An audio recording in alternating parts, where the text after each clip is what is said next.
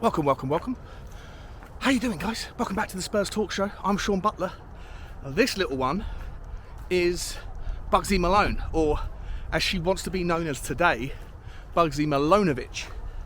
And the reason why she wants that itch, to scratch the itch, is because of the topic of today's video on episode 95 of Tottenham Walks. And that is the emerging cyclical news that seems to be gathering more momentum and pace, and we're going to talk about Marcello Brozovic, the Inter Milan midfielder. Could he come to Tottenham? Are Tottenham at the front of the queue, as has been suggested by 4 or 5 different news outlets this morning? Let's talk about that. Before we get going, guys, do me one favour. Please hit the like button, the subscribe button, and the notification bell buttons if you haven't already. And drop a comment in the video. Let me know if I'm crazy about what I'm going to talk about today, if you think it's nonsense, or is there some logic to it. And I think that as I go through this, that you might think that there is some logic. So, the news is, the Daily Express wrote about this, and they didn't mention any other newspapers in their article. Usually when it's a syndicated piece, you have to reference the original kind of copywriter. They didn't, so they had their own article.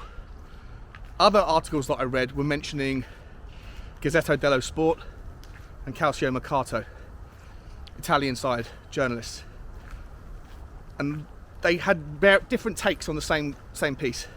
So here's the idea is that Tottenham are at the front of the queue to sign Brozovic in January, ahead of Liverpool.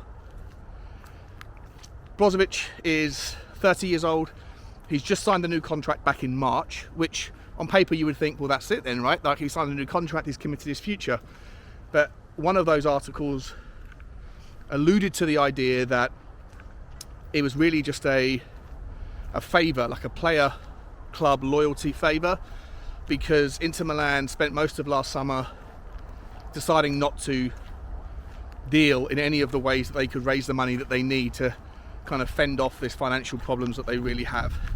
They don't want to sell either of their 2 prized assets in Bastoni or Lautaro Martinez.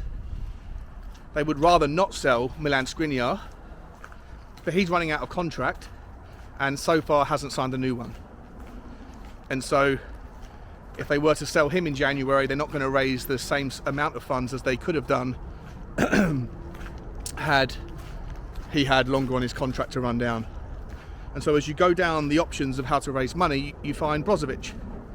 And apparently, according to the Gazzetta dello Sport, it's almost like a known player-club agreement that he signed the contract in order to protect the asset value for the club, with the understanding that he's likely to be sold in January. One second.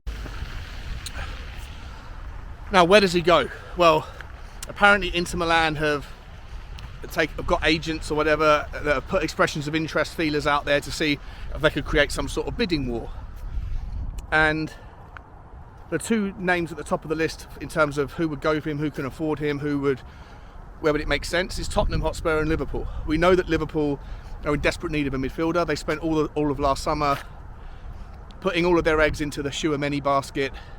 It didn't work out, and obviously a lot of the problems that Liverpool have had this season have been because they have an ageing midfield who have also had a few injuries and that haven't been able to do the necessary defensive cover work when their wing-backs maraud forward and get caught out on the break. And so Liverpool would make sense from the absolute need perspective and from the ability to afford perspective, but maybe Liverpool are in a difficult bind right now because they're looking to sell the club, and that's not going to happen before January. So are the current owners going to, invest 70, 80 million quid or whatever it's going to cost to get hold of Brozovic, 60 million quid say, if they're on the verge of maybe agreeing a sale, maybe not. But the sale of the club is not, in my opinion, going to happen before the end of January. No chance. So that's a bit of a kind of a difficult one to square the circle of. With Tottenham, the connections are easy. You've got the the Conte connection to Italy, the Paratici relationship with with Italy as well, which is obviously the reason why nearly every player in Italian football has been linked with Tottenham over the last few months. And it might very well just be lazy journalism that's connecting Inter Milan to Tottenham once again. As I said the other day in a video, Tottenham and Inter are always intrinsically linked, with players being recommended going backwards and forwards, like they were all last summer. Inter apparently want Tanganga, apparently want Sanchez, apparently want Emerson Royal. Tottenham apparently want Skriniar, apparently want Denzel Dumfries, apparently want Bastoni, apparently want Stefan de Vrij, and apparently now want Marcello Brozovic as well. So it could all be fluff. I'm not saying it wouldn't be, but it's worth talking about on an otherwise slow news day, so bear with me here. On top of that though, Ivan Perisic and Brozovic are apparently best friends. They always room together when they go away. They played together for club and country for years. They won together. They talk all the time on the phone. And it's spoken about that if there was a deal to be had, it could hinge on Perisic's ability to sell the vision of the club to Brozovic, and that London would be a great place to come and live, and he'd have a best friend there with him. And I don't think that that's a small, insignificant variable. I think that's actually quite a significant factor. Speaking from personal experience, I had the choice back in 2014 to move to Australia to choose Sydney or Melbourne. I chose Melbourne because I knew I had a good friend who lived there, and I didn't know someone in Sydney. So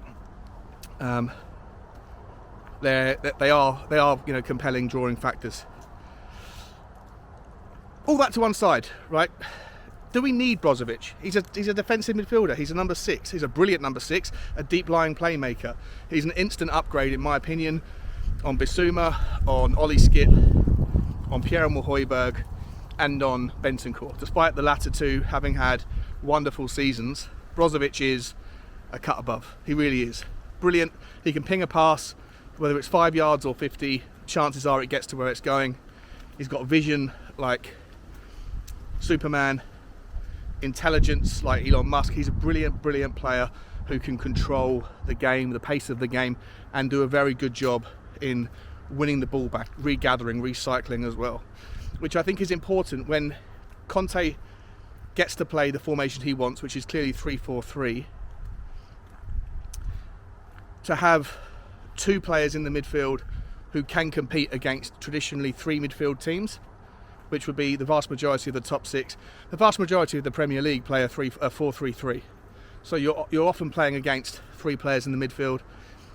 So your 2 players that are in there in the 3-4-3 need to be as combative and effective and comfortable under pressure as possible, and Brozovic fits that mould 100%.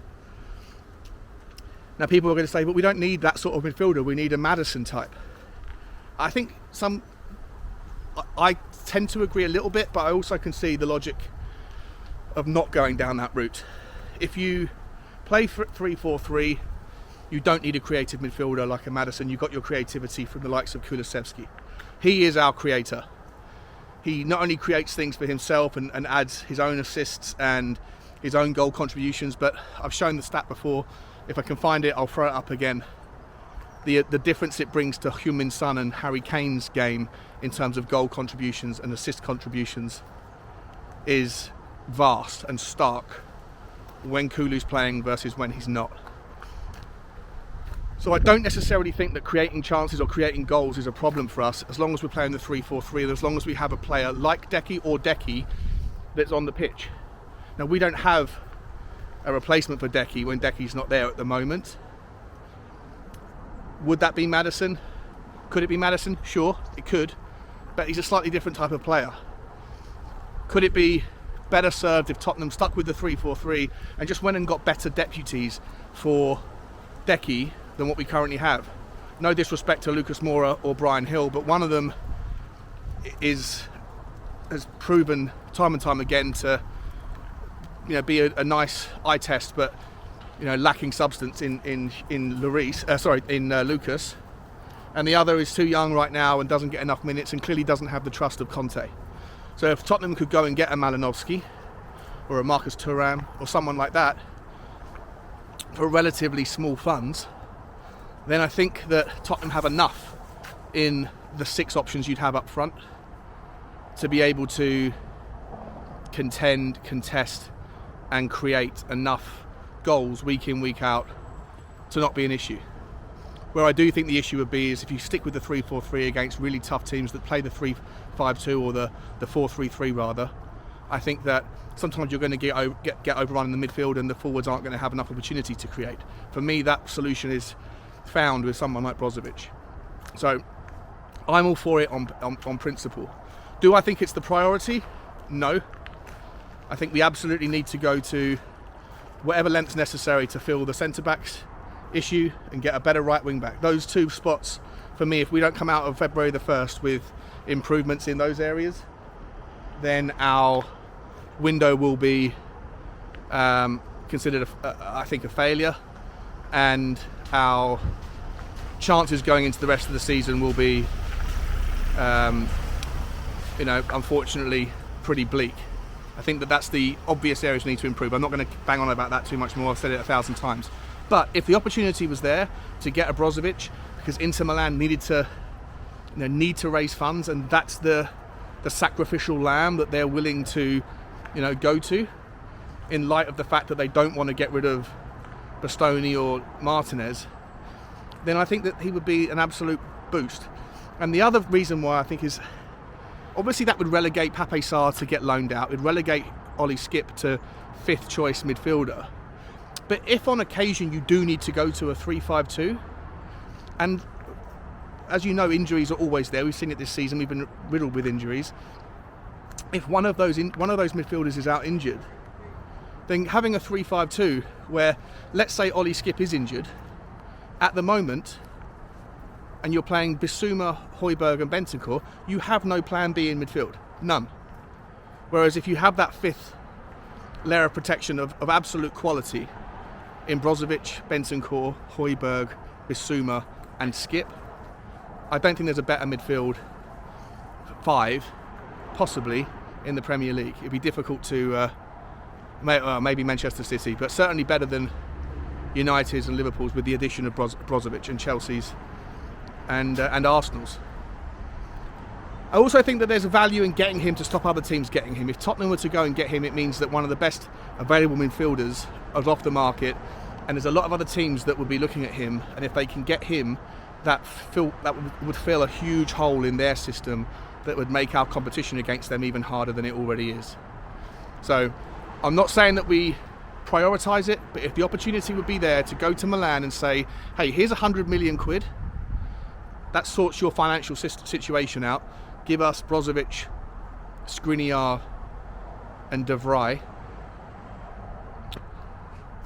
I think that is, or you could even go one further. Not that I'm a fan of Denzel Dumfries, but you could even go one further and sort out your entire window with one club. Go get Dumfries, go get Skriniar and De Vrij and Brozovic, and send Emerson Royal and Sanchez and Tanganga in the opposite direction, and everyone's a winner. Probably dream world scenario, guys. I'm probably losing my mind because there's nothing else to talk about today. I'm just speaking from the heart. Let me know your thoughts. Am I absolutely stark raving mad, or is there some logic and some method to my madness? Do you want Brozovic? How high up the list of priorities would you place him? Let me know, guys. I love it. Like, share and subscribe. And as always, guys,